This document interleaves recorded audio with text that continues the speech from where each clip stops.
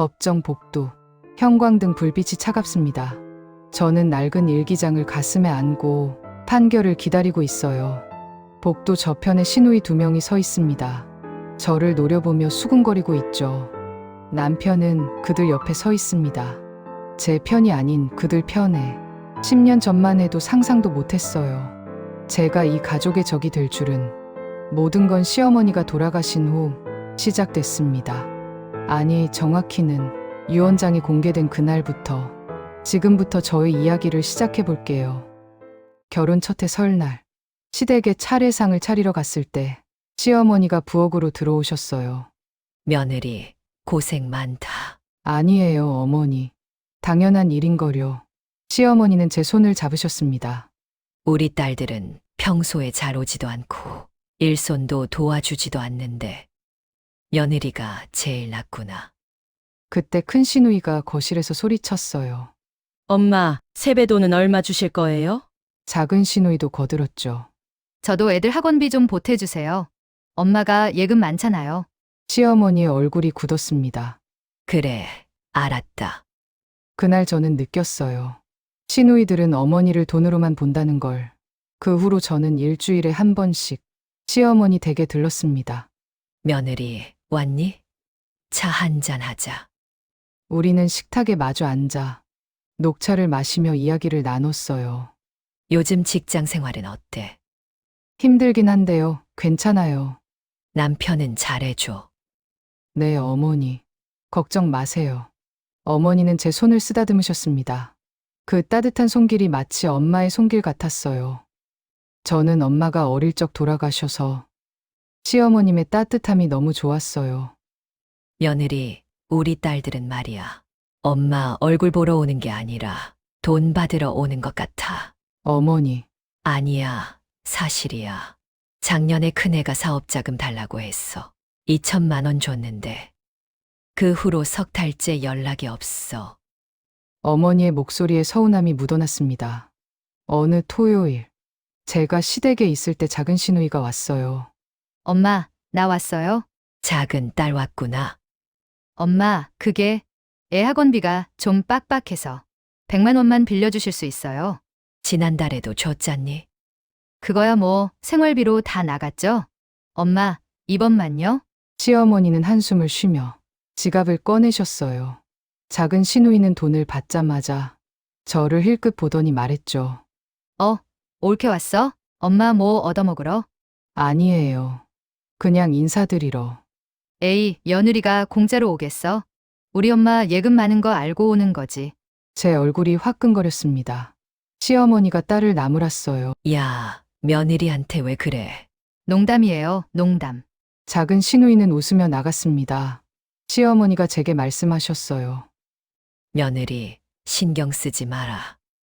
내가 알아. 네가 진심인 거. 저는 그렇게 시어머니와 자주 시간을 보내며 진솔한 이야기도 많이 나누고 정말 많이 가까워졌습니다. 마치 엄마처럼요. 그리고 시간이 흘러 어느 날 시어머니가 췌장암 진단을 받았습니다. 병원 상담실에서 의사가 말했어요. 6개월에서 1년 정도 예상됩니다. 가족분들이 많이 돌봐드려야 합니다. 남편이 멍한 표정으로 앉아 있었어요. 저는 즉시 말했습니다. 제가 간병하겠습니다. 남편이 저를 봤어요. 여보, 그럼 직장은? 휴직하겠어요. 어머니가 더 중요해요. 저는 3개월 휴직계를 내고 시어머니 댁으로 출퇴근했어요.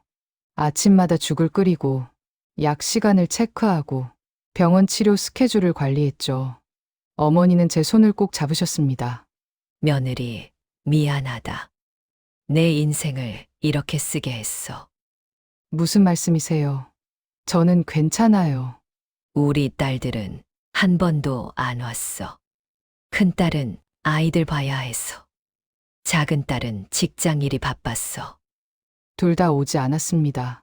한 달에 한 번 전화로 엄마 괜찮으세요? 물어보는 게 다였어요. 어느 날 밤 어머니가 화장실 가시다가 넘어지셨어요. 어머니! 저는 황급히 달려가 어머니를 부축했습니다. 어머니가 제 품에 안겨 오셨어요. 아가야, 무섭구나. 죽는 게 무서워. 괜찮아요, 어머니. 제가 옆에 있잖아요. 내 친딸들은 안 오는데. 며느리인 내가 이렇게까지 해주니? 어머니가 제 손을 꼭 쥐셨습니다.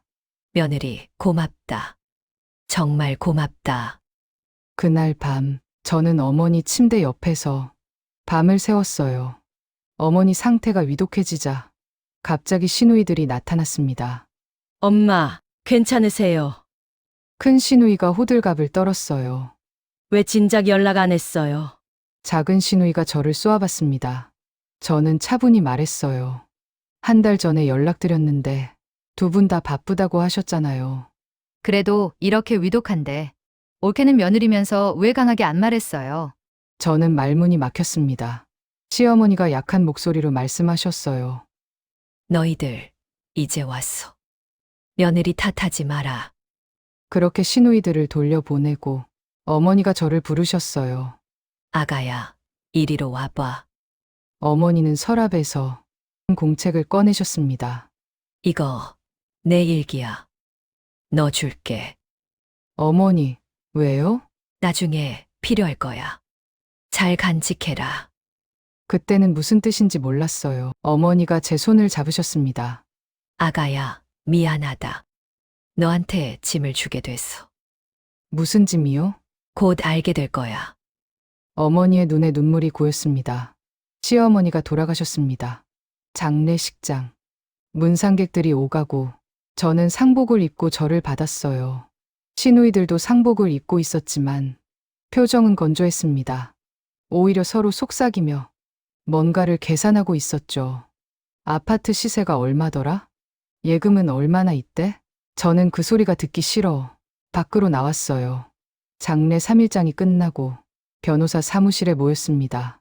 시어머니의 변호사가 유언장을 펼쳤어요. 고인께서 6개월 전에 작성하신 유언장입니다. 시누이들이 몸을 앞으로 숙였습니다. 변호사가 읽기 시작했어요. 본인 박영희는 다음과 같이 유언한다. 첫째, 신림동 아파트는 장남 김민수에게. 둘째, 예금 5억 원은 며느리 김지혜에게. 순간 시간이 멈췄습니다. 큰 시누이가 벌떡 일어났어요. 뭐라고요? 작은 시누이도 소리쳤습니다. 며느리한테 5억! 이게 말이 됩니까? 변호사가 차분히 말했어요. 유언장은 법적으로 유효합니다. 큰 시누이가 저를 노려봤어요. 옳게 엄마한테 뭐 한 거야? 저는 아무것도. 아무것도. 5억을 그냥 줬을 리가 없잖아. 뭔 짓을 한 거야? 남편이 저를 쳐다봤어요. 눈빛이 이상했습니다. 의심하는 눈빛. 차 안. 남편과 단둘이 한참을 침묵이 흘렀습니다.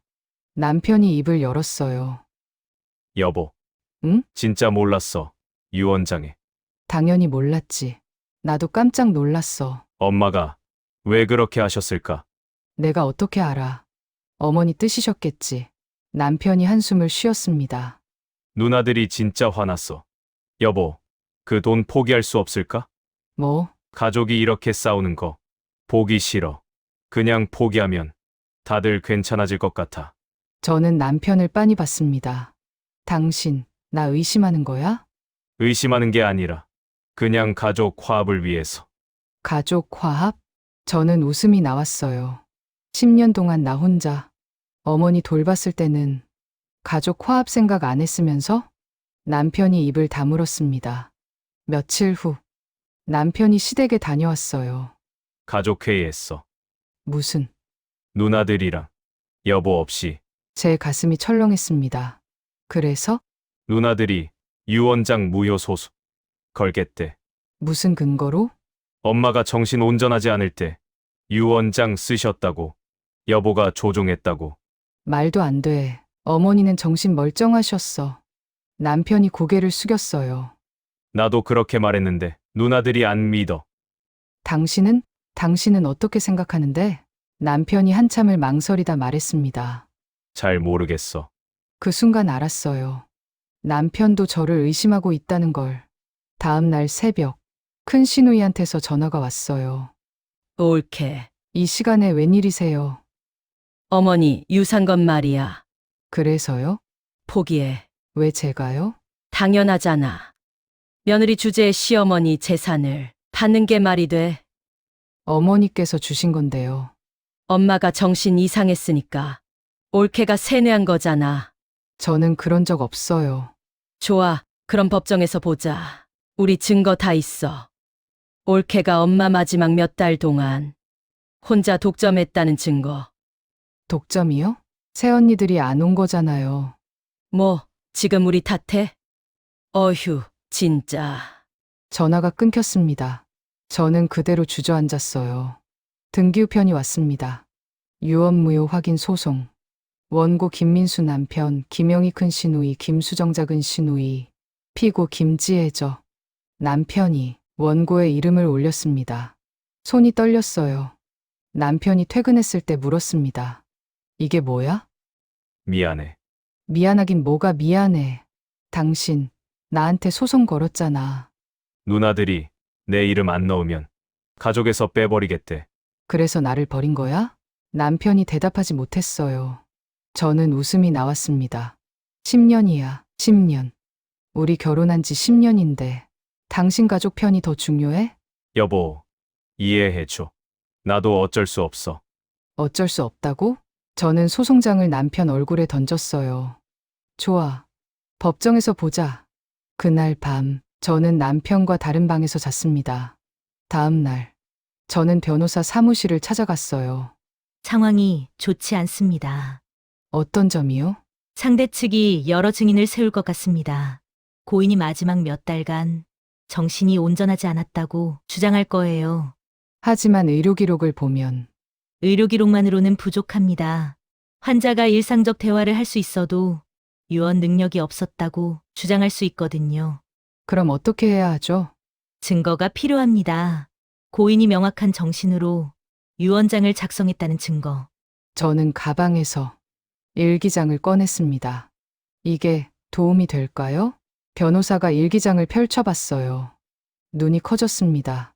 이건 고인이 직접 쓰신 거죠? 네, 돌아가시기 전에 제게 주셨어요. 변호사가 페이지를 넘기며 읽기 시작했어요. 이거 결정적 증거입니다. 한 달 후, 남편이 이혼 서류를 꺼냈어요. 이거 작성해줘. 저는 서류를 보며 물었습니다. 이혼 사유가 뭔데? 성격 차이. 성격 차이? 저는 피식 웃었어요. 10년 동안은 성격이 안 맞았어? 유산 나온 후부터 갑자기 안 맞아? 여보, 이렇게 만들지 마. 그냥 조용히 끝내자. 조용히? 저는 서류를 찢어버렸습니다. 당신이 먼저 날 버렸잖아. 이혼하고 싶으면 당신이 소송 걸어. 나는 안 해. 남편이 화를 냈어요. 왜 이렇게 고집을 부려? 유산도 포기하고 이혼만 해주면 누나들이 소송 취하한대. 그게 목적이었구나. 뭐, 유산 포기시키려고. 이혼 카드 꺼낸 거네. 남편이 말문이 막혔어요. 저는 가방을 들고 나왔습니다. 법정에서 보자고. 당신 가족들이랑 같이 친구 집에 얹혀 살게 됐어요. 침대에 누워 천장을 바라봤습니다. 10년 동안 쌓아온 게 이렇게 무너지는구나. 시어머니가 아프실 때 3개월 휴직하고 간병했던 것, 명절마다 혼자 차례상 준비했던 것, 시누이들이 무시할 때도 참았던 것, 모두 물거품이 됐습니다. 그런데 이상한 건 후회가 안 된다는 거예요. 어머니를 돌봤던 그 시간이 후회되지 않습니다. 어머니는 제게 진심이었고, 저도 어머니께 진심이었으니까요. 그것만으로도 충분했어요. 법정. 원고석의 남편, 큰 시누이, 작은 시누이가 나란히 앉아 있었어요. 피고석에는 저 혼자, 재판장이 입장했습니다. 지금부터 유언무효 확인 소송 첫 번째 변론을 시작하겠습니다. 원고 측 변호사가 일어섰어요. 재판장님, 고인 박영희 씨는 사망 전 6개월간 췌장암 말기로 심한 통증과 약물 치료를 받았습니다. 이 기간 동안 정상적인 판단 능력이 없었다고 봅니다. 증거 자료는요? 의료 기록과 증인을 제출하겠습니다. 큰 시누이가 증인석에 섰어요.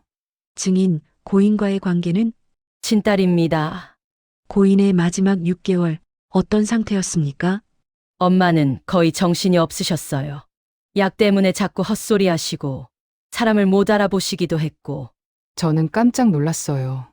거짓말이었거든요. 어머니는 돌아가시기 전까지 정신이 또렷하셨어요. 그런데 피고인 며느리는 며느리가 엄마를 독점했어요. 우리가 병문안 가려고 하며 엄마가 피곤하다며 못 오게 하고 이에 있습니다. 제 변호사가 일어섰어요.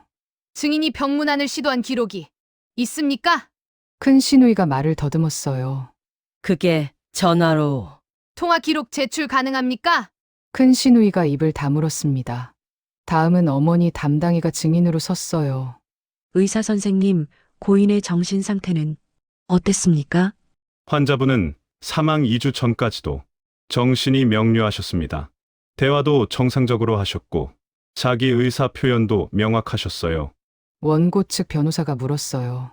하지만 통증 때문에 진통제를 많이 복용하지 않았습니까? 네. 하지만 그 정도 용량으로는 정신이 혼미해지지 않습니다. 유언 능력이 있었다고 보십니까? 네. 충분히 있었습니다. 원고석의 시누이들이 불만스러운 표정을 지었어요. 제 변호사가 일어섰습니다. 재판장님, 결정적 증거를 제출하겠습니다. 변호사가 일기장을 들었어요. 이것은 고인 박영희 씨가 생전에 직접 작성한 일기입니다. 원고 측 변호사가 발끈했어요. 이에 있습니다. 그 일기의 진위를 어떻게 믿습니까? 피고가 조작했을 수도 있습니다. 필적 감정을 받았습니다. 고인의 친필이 확인됐습니다. 재판장이 일기장을 검토했어요. 낭독해 보시죠. 제 변호사가 일기장을 펼쳤습니다. 6개월 전 일기. 큰애가 다녀갔다. 엄마, 돈 좀 빌려주세요 하더니 500만 원 받아가고 인사도 없이 갔다. 작은애도 마찬가지. 엄마, 아파트 나중에 팔면 얼마예요? 내 장래는 관심 없고 재산만 궁금한가 보다. 슬프다. 4개월 전 일기. 오늘도 며느리가 와서 죽을 끓여주고 청소도 해줬다. 딸들은 한 달째 전화도 없는데 며느리만 매일 온다. 며느리한테 미안하다. 남의 집딸인데 이렇게까지 해주다니. 3개월 전 일기. 병원에서 시한부 선고받았다. 6개월. 딸들한테 알렸더니 엄마, 예금 통장 어디 있어요? 물어본다. 한심하다. 며느리는 내 손 잡고 울었다. 어머니, 끝까지 제가 곁에 있을게요라고. 유언장 작성 일주일 전 일기. 결정했다. 변호사한테 유언장 작성 부탁했다. 아파트는 아들에게, 예금 5억은 며느리에게, 딸들한테는 미안하지만 재산만 노린 자식들에게 줄 게 없다. 며느리만이 날 진심으로 사랑했다. 이게 내가 줄 수 있는 마지막 선물이다. 법정이 조용해졌습니다. 큰 시누이가 고개를 숙였고 작은 시누이는 눈물을 훔쳤어요. 남편은 제 눈을 피했습니다. 재판장이 물었어요. 원고 측 반박하시겠습니까? 원고 측 변호사가 고개를 저었어요. 없습니다. 2주 후 최종 판결일. 재판장이 판결문을 읽었습니다. 주문. 원고의 청구를 모두 기각한다. 고인 박영희의 유언장은 유효하며 피고 김지혜에 대한 유증은 정당한 것으로 인정한다. 저는 이겼습니다. 하지만 기쁘지 않았어요. 법정을 나서는데 큰 시누이가 다가왔어요. 만족해? 형님, 이제 다 가졌네. 엄마 사랑도 돈도. 저는 돈 때문이 아니었어요. 큰 시누이가 비웃었습니다. 그래, 그렇겠지. 착한 며느리였으니까. 형님, 왜 그렇게밖에 못 봐요? 저는 정말 됐어. 말하지 마. 이제 우리 가족 아니니까. 큰 시누이가 돌아섰어요. 작은 시누이도 지나가며 말했죠. 평생 연락하지 마. 두 사람이 사라졌습니다.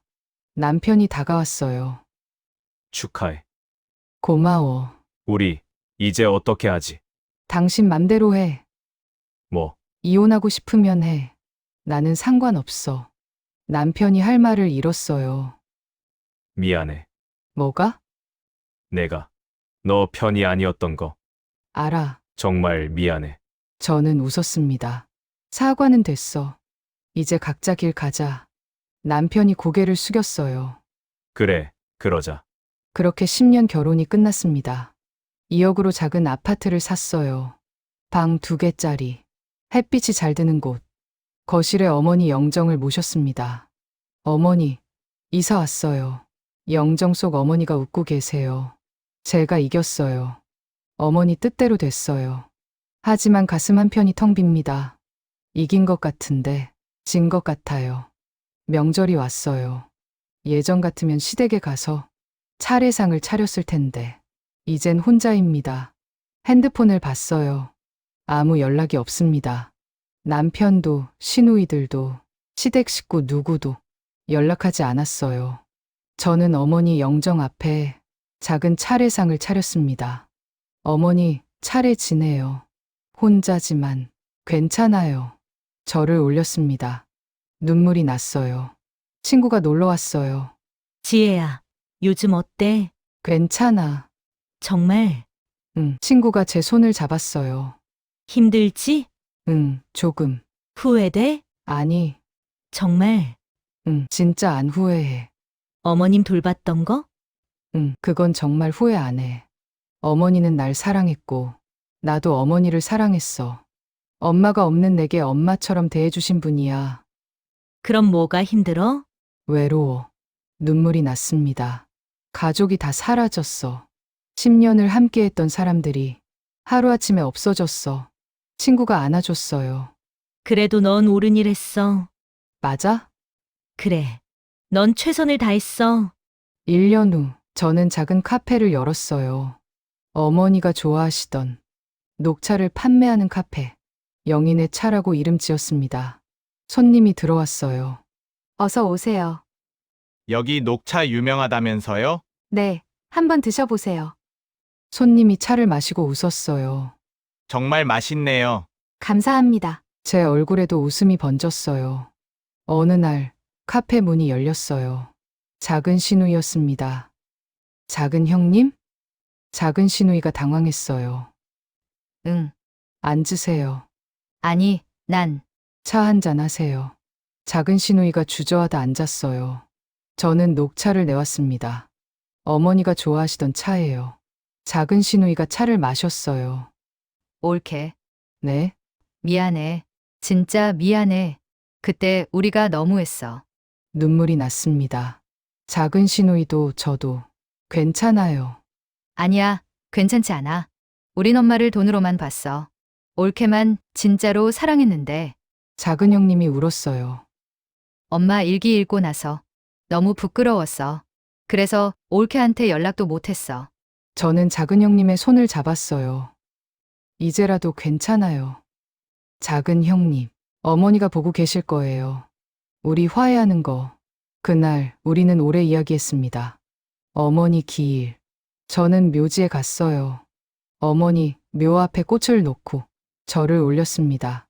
어머니, 저 왔어요. 바람이 불었어요. 어머니 덕분에 잘 살고 있어요.